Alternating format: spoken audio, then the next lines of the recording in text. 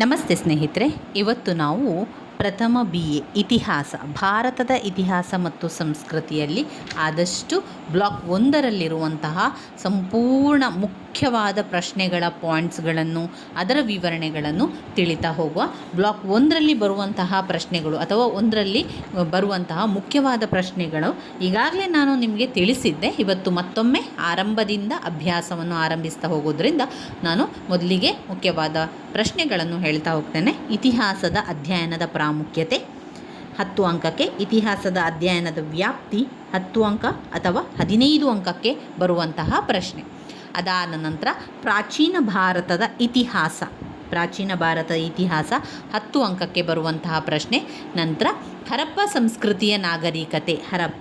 ಸಂಸ್ಕೃತಿಯ ನಾಗರಿಕತೆಯ ಯೋಜನೆಗಳು 5 ಅಂಕಕ್ಕೆ ಕೇಳಿದ್ದಾರೆ. ಇನ್ನು ಉತ್ತರ ವೈದಿಕ ಕಾಲದ ಸಾಮಾಜಿಕ ಧಾರ್ಮಿಕ ಪರಿಸ್ಥಿತಿ 15 ಅಂಕಕ್ಕೆ ಕೇಳಿರುವಂತಹ ಪ್ರಶ್ನೆಯಾಗಿದೆ. ವೇದೋತ್ತರ ಕಾಲದಲ್ಲಿ ಬರುವಂಥದ್ದು, ಉತ್ತರ ಕಾಲ ಹಾಗೆಯೇ ಉತ್ತರ ವೈದಿಕ ಕಾಲದನ್ನು ಕೂಡ ನಾವು ಓದ್ಕೊಳ್ಬೇಕು. ನಂತರ ಬರುವ ಮುಖ್ಯವಾದ ಪ್ರಶ್ನೆ ಹೊಸ ಮತಗಳ ಉದಯಗಳ ಕಾರಣಗಳನ್ನು ತಿಳಿಸಿ ಅಂತ. ಮತ್ತೊಂದು ಪ್ರಶ್ನೆ ಬೌದ್ಧ ಧರ್ಮದ ಕೊಡುಗೆ ಮತ್ತು ಅವನತಿಯನ್ನು ತಿಳಿಸಿ 10 ಅಂಕಕ್ಕೆ ಅಥವಾ 15 ಅಂಕಕ್ಕೆ ಕೇಳುವಂತಹ ಪ್ರಶ್ನೆ. ನಾವು ಈಗ ಸಂಪೂರ್ಣವಾಗಿ ಬ್ಲಾಕ್ 1ರಲ್ಲಿ ಬರುವಂತಹ ಪ್ರಶ್ನೆಗಳನ್ನಷ್ಟೇ ನೋಡ್ತಾ ಹೋಗುವ. ಎಷ್ಟು ಸಾಧ್ಯ ಆಗ್ತದೋ ಅಷ್ಟನ್ನು ನೋಡುವ. ನೀವು ಪಾಯಿಂಟ್ಸ್ ಬುಕ್ ಮಾಡ್ಕೊಂಡಿದ್ರೆ ಪಾಯಿಂಟ್ಸ್ ಬುಕ್ಕಲ್ಲಿ ಪ್ರಶ್ನೆಗಳನ್ನು ಬರ್ಕೊಳ್ಳಿ, ಪಾಯಿಂಟ್ಸ್ಗಳನ್ನು ಕೂಡ ಬರ್ಕೊಳ್ಳಿ. ಪುಸ್ತಕಗಳು ಇದ್ದರೆ ನಿಮ್ಮ ಪುಸ್ತಕದಲ್ಲಿ ಈ ರೀತಿಯಾಗಿ ಗುರುತನ್ನು ಹಾಕ್ಕೊಳ್ಳಿ. ಇತಿಹಾಸದ ಅಧ್ಯಯನದ ಪ್ರಾಮುಖ್ಯತೆ ಇಂಪಾರ್ಟೆಂಟ್ ಆಗಿರುವಂತಹ ಪ್ರಶ್ನೆ ಅಂತ ಹಾಕ್ಕೊಳ್ಳಿ. ಇಲ್ಲಿ ಇತಿಹಾಸದ ಅಧ್ಯಯನದ ಪ್ರಾಮುಖ್ಯತೆಯನ್ನು ಅವರು ಪಾಯಿಂಟ್ಸ್ ರೀತಿಯಲ್ಲಿ ಕೊಡಲಿಲ್ಲ, ನಾವೇ ಪಾಯಿಂಟ್ಸ್ ರೀತಿಯಲ್ಲಿ ಬರಿತಾ ಹೋಗಬೇಕು. ಮೊದಲಿಗೆ ನಾವು ಇತಿಹಾಸದ ಅಧ್ಯಯನದಿಂದಾಗಿ ಸಿಗುವಂತಹ ಪ್ರಾಮುಖ್ಯತೆಯನ್ನು ಮೊದಲಿಗೆ ಅರ್ಥವನ್ನು ಬರಿಬೇಕು. ನಾವು ಉತ್ತರ ಪತ್ರಿಕೆಯನ್ನು ಬರಿಬೇಕಾದ್ರೆ ಆರಂಭದಲ್ಲಿ ಸ್ವಲ್ಪ ಪೀಠಿಕೆಯನ್ನು ಬರಿಬೇಕು. ಒಂದು 5-6 ಸಾಲುಗಳಷ್ಟು ಪೀಠಿಕೆಯನ್ನು ಬರಿಬೇಕು. ಅದಾದ ನಂತರ ನಾವು ಯಾವ ಪ್ರಶ್ನೆಗೆ ಉತ್ತರವನ್ನು ಬರಿತಿದೆಯೋ ಆ ಪ್ರಶ್ನೆಗೆ ಸಂಬಂಧಪಟ್ಟಂತೆ ಅದರ ಅರ್ಥವನ್ನು ಬರಿಬೇಕು. ಇತಿಹಾಸ ಅಂತ ಬಂದಾಗ ಇತಿಹಾಸ ಅಂದರೆ ಏನು ಎನ್ನುವಂಥದ್ದನ್ನು ಬರಿಬೇಕು. ಅದಾದ ನಂತರ ಅದರಲ್ಲಿ ಬರುವಂತಹ ಪಾಯಿಂಟ್ಸ್ಗಳನ್ನು ಬರ್ಕೊಳ್ಳಿ. ಅವರು ಪಾಯಿಂಟ್ಸ್ಗಳನ್ನು ಕೊಡಲಿಲ್ಲ ಅಂತಾದರೆ ನಾವೇ ಪಾಯಿಂಟ್ಸನ್ನು ಮಾಡಿಕೊಳ್ಬೇಕಾಗ್ತದೆ. ನಾವೇ ಪಾಯಿಂಟ್ಸ್ಗಳನ್ನು ಮಾಡಿಕೊಳ್ಳೋದ್ರಿಂದ ಏನು ಉಪಯೋಗ ಅಂತ ಹೇಳಿದರೆ, ಪಾಯಿಂಟ್ಸ್ಗಳನ್ನು ಓದ್ಕೊಳ್ಳೋದ್ರಿಂದ ಬೇಗವಾಗಿ ನಮಗೆ ಅದು ಅರ್ಥ ಆಗ್ತದೆ. ಹಾಗೆ ನಮ್ಮ ಒಂದು ಓದಬೇಕಾದ್ರೆ ಅದು ನೆನಪಲ್ಲಿ ಕೂಡ ಉಳಿತದೆ. ನೆನಪಲ್ಲಿ ಉಳಿಬೇಕಾದ್ರೆ ನಾವು ಪಾಯಿಂಟ್ಸ್ ರೀತಿಯಲ್ಲಿ ಮಾಡಿಕೊಂಡು ಓದ್ಕೊಂಡ್ರೆ ಆ ಪ್ರಶ್ನೆಗೆ ಉತ್ತರ ನಮಗೆ ನೆನಪಿಗೆ ಬರ್ತದೆ. ಮತ್ತು ನೀವು ಉತ್ತರ ಪತ್ರಿಕೆಯಲ್ಲಿ ಮೊದಲಿಗೆ ಪಾಯಿಂಟ್ಸ್, ಈಗ ಇತಿಹಾಸದ ಅಧ್ಯಯನದ ಪ್ರಾಮುಖ್ಯತೆ ಅಂತ ಬರೆದು ಅದರಲ್ಲಿ ಬರುವಂಥ ಎಲ್ಲ ಒಂದು 10-15 ಪಾಯಿಂಟ್ಸ್ಗಳನ್ನು ಬರೆದು ನಂತರ ಆ ಪಾಯಿಂಟ್ಸನ್ನು ವಿವರಿಸ್ತಾ ಹೋಗಬೇಕು. ಆ ರೀತಿ ಮಾಡುವುದರಿಂದ ನಿಮಗೆ ಒಳ್ಳೆಯ ಅಂಕಗಳು ಸಿಗಲಿಕ್ಕೆ ಕೂಡ ಸಹಾಯ ಆಗ್ತದೆ. ಆಮೇಲೆ ಇವಾಗ ನೀವು ಇನ್ನೂ ಪರೀಕ್ಷೆಗೆ ತುಂಬ ಸಮಯ ಇರಬೇಕಾದ್ರೆ ನೀವು ಈ ರೀತಿ ಪಾಯಿಂಟ್ಸನ್ನು ಮಾಡಿಕೊಂಡು ಆ ಪಾಯಿಂಟ್ಸನ್ನು ಬಾಯ್ಪಾಠ ಮಾಡಿ ಆದರೂ ಕಲ್ತ್ಕೊಂಡ್ರೆ ಪರೀಕ್ಷೆ ಸಮಯದಲ್ಲಿ ಅದನ್ನು ಒಮ್ಮೆ ನೋಡಿಕೊಂಡಾಗ ಅದು ನಿಮಗೆ ತಕ್ಷಣ ನೆನಪಿಗೆ ಕೂಡ ಬರಲಿಕ್ಕೆ ಸಹಾಯ ಆಗ್ತದೆ. ಆ ಕಾರಣದಿಂದಾಗಿ ನಾನು ಹೇಳ್ತಾ ಇರುವಂಥದ್ದು, ಟೆಕ್ಸ್ಟ್ ಬುಕ್ಕಲ್ಲಿ ಅವರು ಪಾಯಿಂಟ್ಸ್ ಅಂತ ಕೊಡಲಿಲ್ಲ ಅಂತಾದರೂ ಕೂಡ ನೀವೇ ಪಾಯಿಂಟ್ಸನ್ನು ಮಾಡಿಕೊಂಡು ಉತ್ತರ ಪತ್ರಿಕೆಯಲ್ಲಿ ಬರ್ಕೊಳ್ಬೇಕು. ಮೊದಲಿಗೆ ಇತಿಹಾಸದ ಅಧ್ಯಯನದ ಪ್ರಾಮುಖ್ಯತೆ ಅಂತ ಬಂದಾಗ ಇತಿಹಾಸದ ಅರ್ಥವನ್ನು ನೋಡಬೇಕು. ಏನು ಇತಿಹಾಸ ಅಂತ ಹೇಳಿದರೆ, ಇತಿಹಾಸ ಒಂದು ದೊಡ್ಡ ಪೆಟ್ಟಿಗೆ ಅಂತ ಹೇಳ್ತಾ ಇದ್ದಾರೆ ಎಂದು ಮತ್ತೊಬ್ಬ ವಿದ್ವಾಂಸರು ಏನು ಹೇಳ್ತಾ ಇದ್ದಾರೆ, ಇತಿಹಾಸದ ಅಧ್ಯಯನದಿಂದ ನಾವು ಕಲಿಯುವುದೇನೆಂದರೆ ಇತಿಹಾಸವು ಯಾವುದೇ ಪಾಠವನ್ನು ಕಲಿಸುವುದಿಲ್ಲ ಅಂತ ಅವರು ಹೇಳ್ತಾರೆ. ಒಟ್ಟಿನಲ್ಲಿ ಇತಿಹಾಸ ಅಂತ ಹೇಳಿದರೆ ಗತಕಾಲದಲ್ಲಿ ಆಗಿ ಹೋಗಿರುವಂತಹ ಘಟನೆಗಳ ಬಗ್ಗೆ ತಿಳಿಸುವಂಥದ್ದು, ಗತಕಾಲದಲ್ಲಿ ಆಗಿರುವಂತಹ ಆಡಳಿತದ ಬಗ್ಗೆ, ಅಲ್ಲಿನ ರಾಜಕೀಯದ ಬಗ್ಗೆ, ಅಲ್ಲಿನ ಒಂದು ಅರಮನೆ, ದೇವಾಲಯಗಳಿರ್ಬೋದು ಅಥವಾ ಆ ಒಂದು ಕಾಲದಲ್ಲಿ ಇದ್ದಂತಹ ಪರಿಸ್ಥಿತಿಯ ಬಗ್ಗೆ ನಮಗೆ ತಿಳಿಸಿಕೊಡುವಂಥದ್ದು, ಆ ಕಾಲದಲ್ಲಿ ಆಗಿ ಹೋಗಿರುವಂತಹ ಘಟನೆಗಳ ಬಗ್ಗೆ ನಮಗೆ ಅದನ್ನು ತಿಳಿಸಿಕೊಡುವಂಥದ್ದೇ ಇತಿಹಾಸ ಆಗಿರ್ತದೆ. ಆದ್ದರಿಂದ ಈ ಇತಿಹಾಸದ ಅಧ್ಯಯನದಿಂದ ಏನೆಲ್ಲ ಪ್ರಾಮುಖ್ಯತೆ ನಮಗೆ ಇದೆ ಅಂತ ಹೇಳಿದರೆ, ಪಾಯಿಂಟ್ ನಂಬರ್ 1, ಇತಿಹಾಸವು ಜಾಗತಿಕ ಕಾನೂನಿನ ಅರಿವನ್ನು ಹೊರಗೆ ಬಿಚ್ಚಿಡುತ್ತದೆ. ನಮಗೆ ಹೊರ ಜಗತ್ತಿನ ಒಂದು ಕಾನೂನು ಏನಿದೆ ಅದನ್ನು ಏನು ಅಂತ ನಮಗೆ ತಿಳಿಸ್ಕೊಡ್ಲಿಕ್ಕೆ ಈ ಇತಿಹಾಸದ ಅಧ್ಯಯನ ತುಂಬಾ ಮುಖ್ಯವಾಗಿರುವಂಥದ್ದು. ಇತಿಹಾಸವು ಜಾಗತಿಕ ಕಾನೂನಿನ ಅರಿವನ್ನು ಹೊರಗೆ ಬಿಚ್ಚಿಡುತ್ತದೆ. 2 ಮಾನವ ಇತಿಹಾಸದ ತತ್ವಗಳನ್ನು ಪೂರ್ವ ನಿರ್ಣಯಿಸುವುದು. ಮಾನವ ಇತಿಹಾಸದ ತತ್ವಗಳನ್ನು ಅದೇನು ಮಾಡ್ತದೆ, ನಮಗೆ ಮೊದಲೇ ತಿಳಿಸಿಕೊಡ್ತದೆ, ಪೂರ್ವ ನಿರ್ಣಯವನ್ನು ಮಾಡಲಿಕ್ಕೆ ಸಹಾಯ ಆಗ್ತದೆ. 3ನೇ ಪಾಯಿಂಟ್, ಜಗತ್ತಿನ ವಿಶ್ವಾಸದೊಂದಿಗೆ ಮಾನವ ಇತಿಹಾಸದ ಸಂವಾದವನ್ನು ಅರ್ಥ ಮಾಡಿಸ್ತದೆ. ಏನು ಮಾಡ್ತದೆ ಅದು ನಮಗೆ, ಅದರ ನಡುವಿನ ಸಂವಾದ ಏನಿದೆ ಜಗತ್ತು ಮತ್ತು ಮಾನವನ ನಡುವೆ, ಜಗತ್ತಿನ ವಿಶ್ವಾಸ ಮತ್ತು ಮಾನವನ ಇತಿಹಾಸ, ಜಗತ್ತಿನ ವಿಶ್ವಾಸ ಮತ್ತು ಮಾನವನ ಇತಿಹಾಸದಲ್ಲಿ ಒಂದು ಸಂವಾದ ನಡೀತದೆ. ಅದನ್ನು ನಮಗೆ ಅರ್ಥ ಮಾಡಿಸಿಕೊಡುವಂಥದ್ದು ಯಾವುದು? ಇತಿಹಾಸ. ಅಲ್ಲದೆ 3ನೇ ಪಾಯಿಂಟ್, ಅದು ಜಗತ್ತಿನ ವಿಶ್ವಾಸದೊಂದಿಗೆ ಮಾನವ ಇತಿಹಾಸ ಸಂವಾದವನ್ನು ಅರ್ಥ ಮಾಡಿಸುವುದು. 4ನೇ ಪಾಯಿಂಟ್, ಓದುಗರಿಗೆ ವೈಚಾರಿಕತಾ ತೃಪ್ತಿಯನ್ನು ನೀಡ್ತದೆ. ಓದುಗರಿಗೆ ಏನು ಮಾಡ್ತದೆ ಅದು? ವೈಚಾರಿಕ ತೃಪ್ತಿಯನ್ನು ನೀಡುತ್ತದೆ. 5ನೇ ಪಾಯಿಂಟ್, ಪ್ರಸ್ತುತ ಕಾಲದ ಬಗ್ಗೆ ಉತ್ತಮ ತಿಳುವಳಿಕೆಯನ್ನು ನೀಡ್ತದೆ. ಈಗಿನ ಕಾಲದ ಬಗ್ಗೆ ನಮಗೆ ಒಂದು ರೀತಿಯ ತಿಳುವಳಿಕೆ ಅನ್ನೋದು ನಮಗೆ ಹೇಳಿಕೊಡ್ತದೆ. ಪ್ರಸ್ತುತ ಕಾಲದ ಬಗ್ಗೆ ಉತ್ತಮ ತಿಳುವಳಿಕೆಯನ್ನು ನಮಗೆ ನೀಡ್ತದೆ. ಅಷ್ಟೇ ಅಲ್ಲದೆ 6ನೇ ಪಾಯಿಂಟ್, ಭವಿಷ್ಯ ಕಾಲದ ಬಗ್ಗೆ ಅತ್ಯುತ್ತಮ ಸಲಹೆಯನ್ನು ಒದಗಿಸಿಕೊಡ್ತದೆ. ಇನ್ನು ಬರುವಂತಹ ಜೀವನಕ್ಕೆ ನಮಗೆ ಸಲಹೆಯನ್ನು ಕೊಡ್ತದೆ. ಯಾವ ರೀತಿ ನೀನು ಇರಬೇಕು, ಯಾವ ರೀತಿ ನಾವೊಂದು ಪ್ರಜೆಯಾಗಿದ್ದುಕೊಂಡು ಏನೆಲ್ಲ ಅರ್ಹತೆಗಳಿದೆ, ಏನೆಲ್ಲ ಜವಾಬ್ದಾರಿಗಳಿದೆ, ಏನೆಲ್ಲ ಹಕ್ಕುಗಳಿದೆ, ಇದನ್ನೆಲ್ಲವನ್ನು ಕೂಡ ನಮಗೆ ತಿಳಿಸ್ಕೊಡುವಂಥದ್ದು. ಇದೆಲ್ಲದರ ಬಗ್ಗೆ ನಮಗೆ ಸಲಹೆಯನ್ನು ಕೊಡುವಂಥದ್ದು ಯಾವುದು? ಇತಿಹಾಸದ ಅಧ್ಯಯನ. ಪಾಯಿಂಟ್ ನಂಬರ್ 7, ನಮ್ಮ ಅನುಭವವನ್ನು ಹೆಚ್ಚಿಗೆ ಮಾಡ್ತದೆ. ಪ್ರತಿಯೊಬ್ಬರ ಅನುಭವ ಏನು ಮಾಡ್ತದೆ, ಅದನ್ನು ಹೆಚ್ಚಿಗೆ ಮಾಡುವಂಥದ್ದು ಯಾವುದು? ಇತಿಹಾಸದ ಅಧ್ಯಯನ. ಪ್ರತಿಯೊಬ್ಬರ ಅನುಭವವನ್ನು ಹೆಚ್ಚಿಗೆ ಮಾಡ್ತದೆ. ಪಾಯಿಂಟ್ ನಂಬರ್ 8, ಮನುಷ್ಯರು ಮತ್ತು ಸಮಾಜದ ಭವಿಷ್ಯದ ಬಗ್ಗೆ ಜನರು ಹೇಗೆ ಸ್ಪಂದಿಸುತ್ತಾರೆ ಎಂದು ಬೆಳಕು ಚೆಲ್ತದೆ. ಪಾಯಿಂಟ್ ನಂಬರ್ 9, ಒಬ್ಬ ವ್ಯಕ್ತಿಯ ಬುದ್ಧಿವಂತಿಕೆ ಮತ್ತು ಚಿಂತನೆಯನ್ನು ಹೆಚ್ಚಿಸ್ತದೆ. ಒಬ್ಬ ವ್ಯಕ್ತಿಯ ಬುದ್ಧಿವಂತಿಕೆ ಮತ್ತು ಚಿಂತನೆಯನ್ನು ಹೆಚ್ಚಿಸ್ತದೆ ಅಂತ ಯಾಕೆ ಹೇಳ್ತಾ ಇದ್ದಾರೆ ಅಂತ ಹೇಳಿದರೆ, ನಾವು ಇತಿಹಾಸದ ಬಗ್ಗೆ ಓದ್ತೇವೆ, ರಾಜಮನೆತನದ ಬಗ್ಗೆ ಓದ್ಕೊಳ್ತೇವೆ, ಆಮೇಲೆ ಅಲ್ಲಿ ಆಗಿರುವಂತಹ ಯುದ್ಧಗಳ ಬಗ್ಗೆ ಇರ್ಬೋದು, ಆಗಿನ ಒಂದು ಜೀವನದ ಪರಿಸ್ಥಿತಿಯ ಬಗ್ಗೆ ಇರ್ಬೋದು. ಇದನ್ನೆಲ್ಲ ನಾವು ತಿಳ್ಕೊಂಡಾಗ ನಮ್ಮ ಒಂದು ಚಿಂತನೆ ಕೂಡ ಹೆಚ್ಚಿಗೆ ಆಗ್ತದೆ. ನಾವು ಆ ಒಂದು ವಿಷಯವನ್ನು ಚಿಂತನೆ ಮಾಡಲಿಕ್ಕೆ ಆರಂಭ ಮಾಡ್ತೇವೆ. ಯಾಕೆ ಹೀಗಾಯಿತು, ಯಾಕೆ ಈ ರೀತಿ ಇತ್ತು ಎನ್ನುವಂಥ ಚಿಂತನೆಯನ್ನು ಮಾಡ್ತೇವೆ. ಅಷ್ಟೇ ಅಲ್ಲದೆ ನಮ್ಮ ಬುದ್ಧಿವಂತಿಕೆ ಕೂಡ ಹೆಚ್ಚಾಗ್ತದೆ.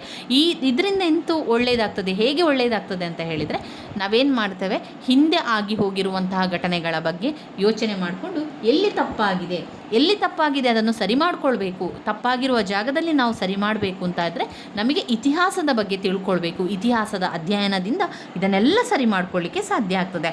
10ನೇ ಪಾಯಿಂಟ್ನಲ್ಲಿ ವಿವೇಚನಾಶೀಲತೆಯ ಶಕ್ತಿಯನ್ನು ಹೆಚ್ಚು ಮಾಡ್ತದೆ. ನಮ್ಮಲ್ಲಿ ಏನು ಮಾಡ್ತದೆ ಅದು? ವಿವೇಚನಾ ಶಕ್ತಿಯನ್ನು ಹೆಚ್ಚಿಗೆ ಮಾಡ್ತದೆ. ಒಬ್ಬ ವ್ಯಕ್ತಿಯು ಸತ್ಯವನ್ನು ಅರಿಯಲು, ಈಗ ನಮಗೆ ಹಿಂದಿನ ಕಾಲದಲ್ಲಿ ರಾಜವಂಶಸ್ಥರಿದ್ದರು, ಅರಮನೆಯನ್ನು ಕಟ್ಟಿದ್ದು ಈ ರಾಜವಂಶಸ್ಥ, ಈ ರಾಜರು ತುಂಬಾ ಪ್ರಸಿದ್ಧರಾಗಿದ್ದರು. ಇದೆಲ್ಲ ಕೂಡ ಗೊತ್ತಾಗುವಂಥದ್ದು, ಆ ಒಂದು ಸತ್ಯ ನಮಗೆ ತಿಳಿಯುವಂಥದ್ದು ಇತಿಹಾಸದ ಅಧ್ಯಯನದಿಂದ. ಪಾಯಿಂಟ್ ನಂಬರ್ 12, ಗತಕಾಲದ ಚರಿತ್ರೆಯನ್ನು ರಚಿಸಲು ಸಹಾಯ ಮಾಡ್ತದೆ. ಗತಕಾಲದ ಚರಿತ್ರೆಯನ್ನು ರಚನೆ ಮಾಡಲಿಕ್ಕೆ ಯಾವುದು ಸಹಾಯ ಮಾಡ್ತದೆ? ಇತಿಹಾಸದ ಅಧ್ಯಯನ ಸಹಾಯವನ್ನು ಮಾಡ್ತದೆ.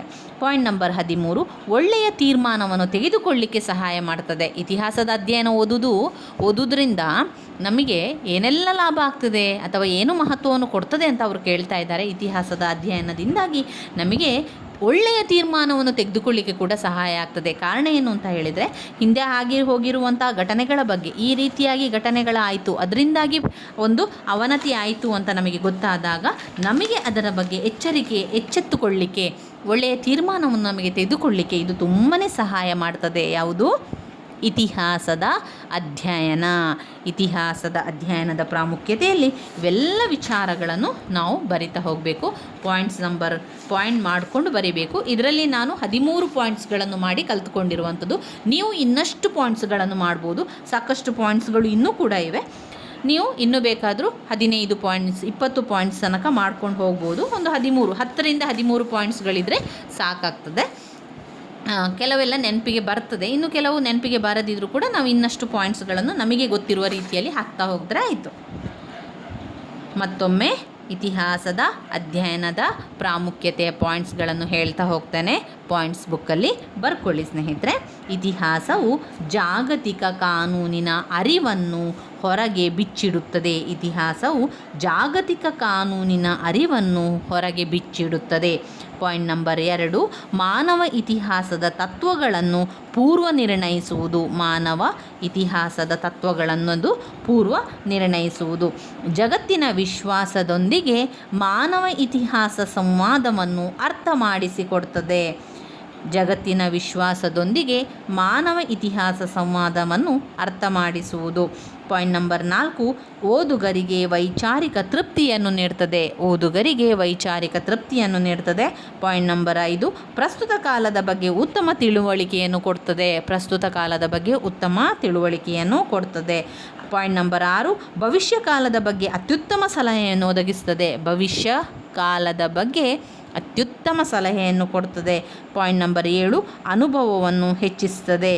ಅನುಭವಗಳನ್ನು ಹೆಚ್ಚು ಮಾಡ್ತದೆ. ಪಾಯಿಂಟ್ ನಂಬರ್ 8, ಮನುಷ್ಯರು ಮತ್ತು ಸಮಾಜದ ಭವಿಷ್ಯದ ಬಗ್ಗೆ ಹೇಗೆ ಸ್ಪಂದಿಸ್ತಾರೆ ಅಂತ ನಮಗೆ ಬೆಳಕನ್ನು ಚೆಲ್ತದೆ. ಮನುಷ್ಯರು ಮತ್ತು ಸಮಾಜ ಭವಿಷ್ಯದ ಬಗ್ಗೆ ಯಾವ ರೀತಿ ಸ್ಪಂದನೆಯನ್ನು ಮಾಡ್ತಾರೆ ಅಂತ ನೋಡಿಕೊಳ್ಳುವಂಥದ್ದು.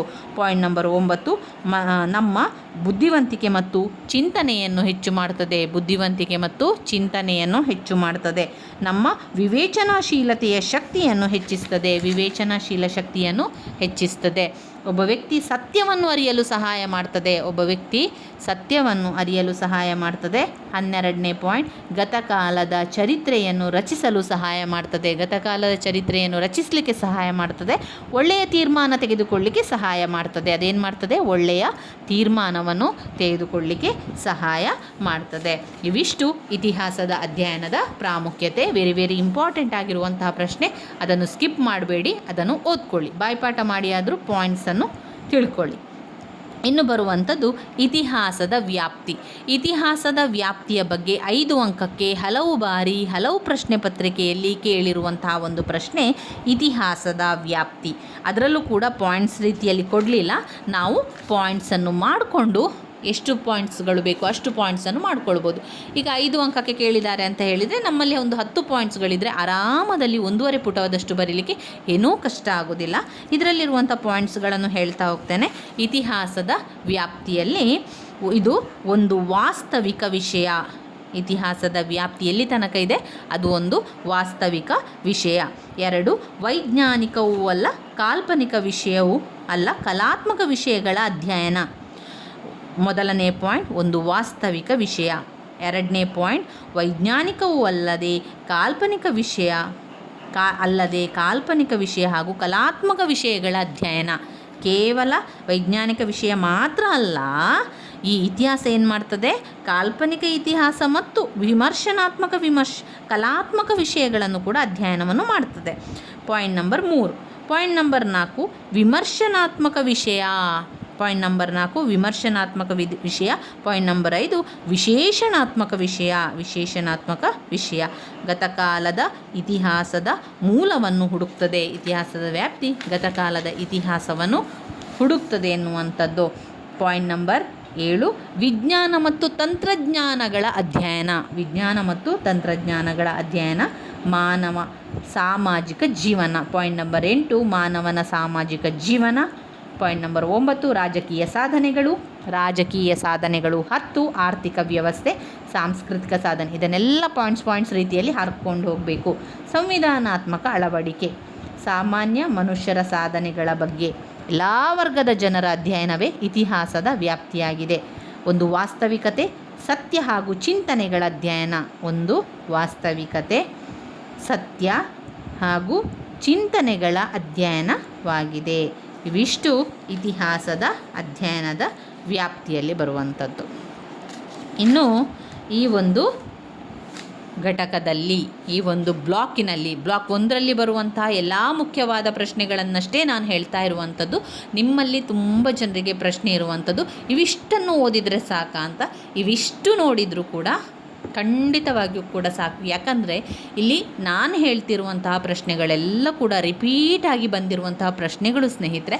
ಅಷ್ಟೇ ಅಲ್ಲದೆ ಹಳೆಯ ಪ್ರಶ್ನೆ ಪತ್ರಿಕೆಗಳಿಂದ ಆಯ್ಕೆ ಮಾಡಿಕೊಂಡು ಹಳೆಯ ಪ್ರಶ್ನೆ ಪತ್ರಿಕೆಯಲ್ಲಿ ಬಂದಿರುವಂತಹ ರಿಪೀಟಾಗಿ ಬಂದಿರುವಂತಹ ಪ್ರಶ್ನೆಗಳನ್ನು ಗುರುತನ್ನು ಹಾಕ್ಕೊಂಡು ನಾನು ನಿಮಗೆ ತಿಳಿಸ್ತಾ ಇರುವಂಥದ್ದು.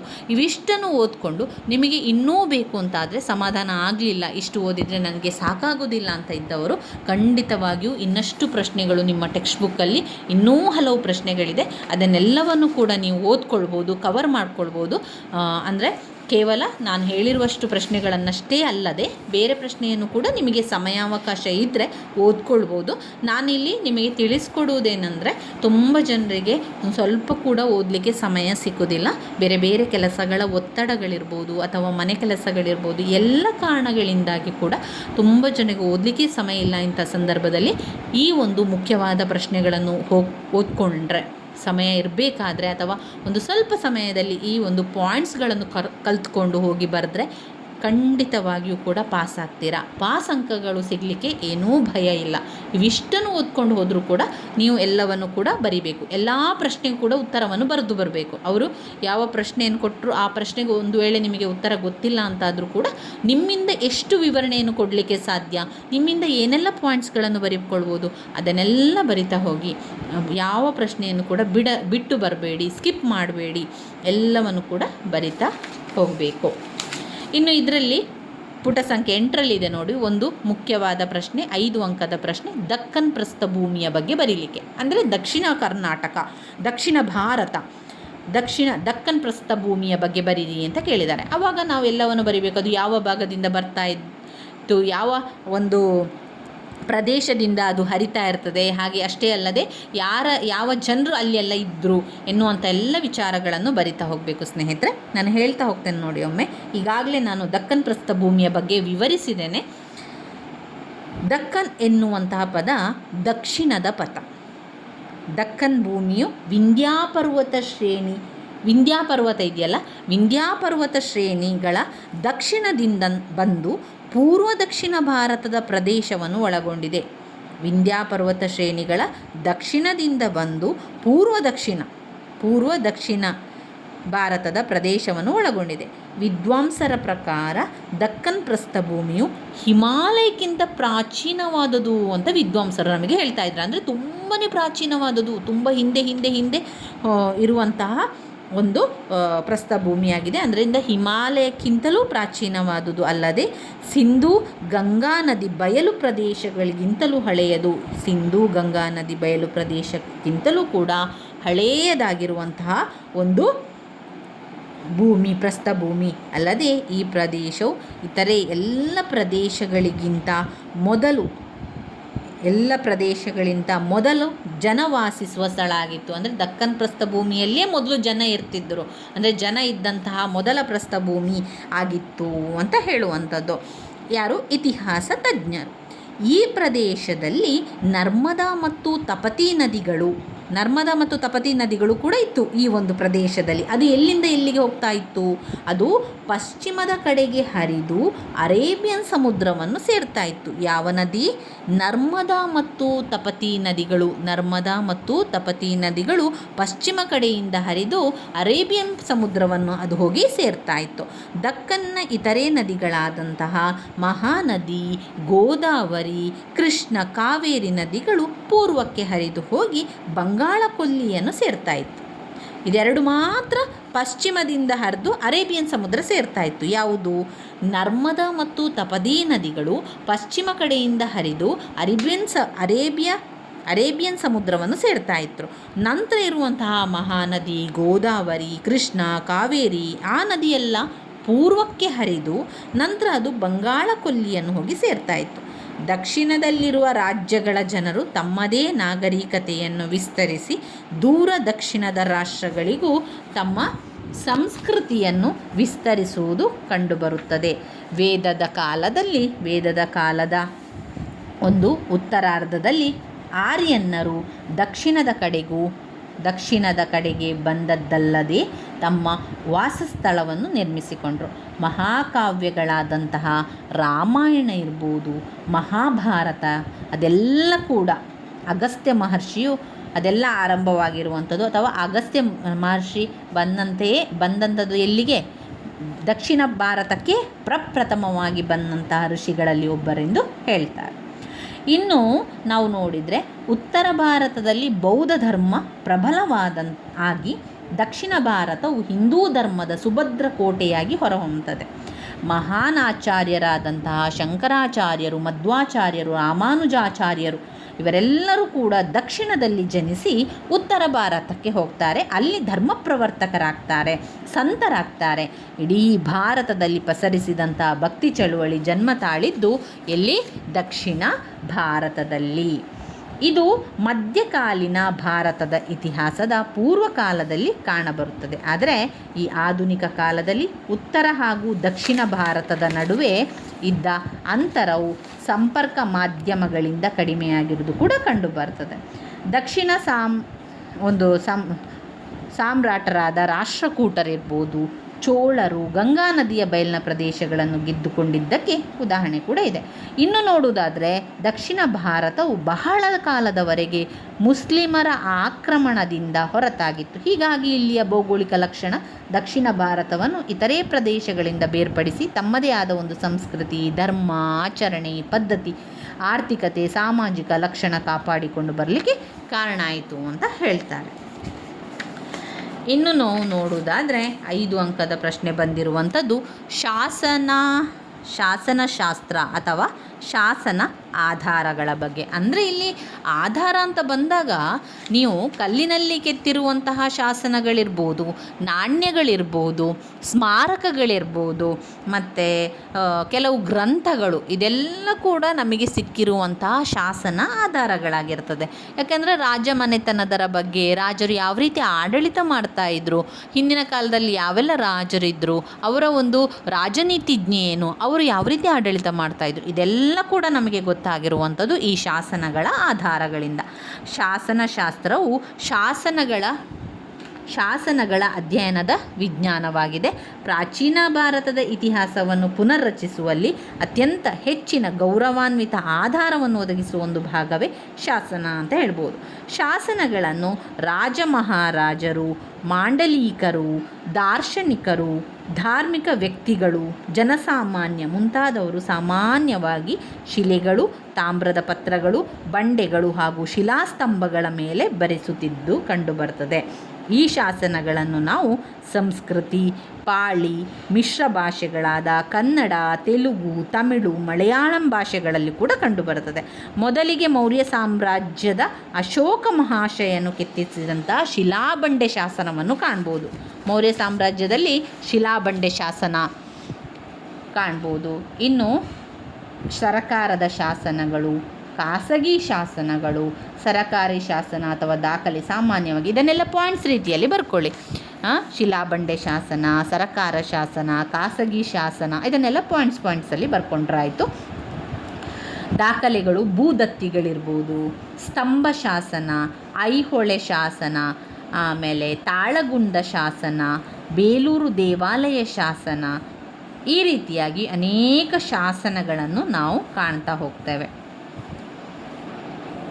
ಇನ್ನು ಇದೆಲ್ಲ ಕೂಡ ಶಾಸನಗಳಲ್ಲಿ ನಮಗೆ ಏನು ಗೊತ್ತಾಗ್ತದೆ ಅಂತ ಹೇಳಿದರೆ, ಇತಿಹಾಸದಲ್ಲಿ ಹೋಗಿರುವಂತಹ ರಾಜಕೀಯ ಜೀವನ, ಅವರ ರಾಜ್ಯದ ವಿಸ್ತರಣೆ, ಅವರ ಒಂದು ಆಡಳಿತ ಎಲ್ಲ ನಮಗೆ ಗೊತ್ತಾಗ್ತದೆ. ಅದು ಕೂಡ ರಾಜಕೀಯ, ಸಾಮಾಜಿಕ, ಆರ್ಥಿಕ, ಧಾರ್ಮಿಕ ವಿಷಯಗಳ ಬಗ್ಗೆ ಸಂಪೂರ್ಣ ಮಾಹಿತಿ ನಮಗೆ ಸಿಗಬೇಕು ಅಂತಾದರೆ ನಮಗೆ ಆ ಒಂದು ಮೂಲ ಆಕಾರವೇ ಶಾಸನ ಆಗಿರ್ತದೆ. ಇನ್ನು ಬಂದಿರುವಂಥ 5 ಅಂಕದ ಪ್ರಶ್ನೆ ನಾಣ್ಯಗಳು. ನಾಣ್ಯಗಳು ಕೂಡ ಹಾಗೆ ನಮಗೆ ಸಿಕ್ಕಿರುವಂಥ ಒಂದು ಮುಖ್ಯ ಶಾಸನಾಧಾರವಾಗಿದೆ. ಇದರಿಂದಾಗಿ ರಾಜಮನೆತನದ ಬಗ್ಗೆ ಒಂದು ಪಾಯಿಂಟ್, ರಾಜಮನೆತನದ ಬಗ್ಗೆ ನಮಗೆ ತಿಳಿದುಕೊಳ್ಳಲಿಕ್ಕೆ ಸಹ ಆಯಿತು, ರಾಜರ ಆಡಳಿತದ ಬಗ್ಗೆ ತಿಳಿದುಕೊಳ್ಳಲಿಕ್ಕೆ ಸಹ ಆಯಿತು, ಆಗಿನ ರಾಜಕೀಯ ಪರಿಸ್ಥಿತಿ, ಸಾಮಾಜಿಕ ಪರಿಸ್ಥಿತಿ, ಆರ್ಥಿಕ ಪರಿಸ್ಥಿತಿಯ ಬಗ್ಗೆ ತಿಳಿದುಕೊಳ್ಳಲಿಕ್ಕೆ ಈ ನಾಣ್ಯದಿಂದ ಸಹಾಯಕ ಆಯಿತು. ರಾಜನ ವರ್ಷ, ರಾಜನು ರಾಜ್ಯಭಾರ ಮಾಡಿದಂತಹ ವರ್ಷ, ರಾಜನು ಕೊನೆಯಾದಂತಹ ವರ್ಷ, ಇದೆಲ್ಲ ಕೂಡ ನಾಣ್ಯಗಳಿಂದಾಗಿ ನಮಗೆ ಗೊತ್ತಾಗ್ತಾ ಇತ್ತು. ಇನ್ನು ಎಷ್ಟು ವರ್ಷ ರಾಜ್ಯಭಾರವನ್ನು ಮಾಡಿದ್ದಾನೆ, ಎಷ್ಟು ವರ್ಷದಿಂದ ಎಷ್ಟು ವರ್ಷ ಯಾವ ರಾಜ ಇದ್ದ, ಇದೆಲ್ಲ ಕೂಡ ಗೊತ್ತಾದಂಥದ್ದು ನಮಗೆ ನಾಣ್ಯಗಳ ಮುಖಾಂತರ. ಆರ್ಥಿಕ ಸ್ಥಿತಿ, ರಾಜ್ಯದ ವಿಸ್ತೀರ್ಣ ಎಲ್ಲ ಕೂಡ ನಾಣ್ಯದ ಮೂಲಕ ತಿಳ್ಕೊಳ್ಳಿಕ್ಕೆ ತುಂಬಾ ಸಹಾಯ ಆಯಿತು.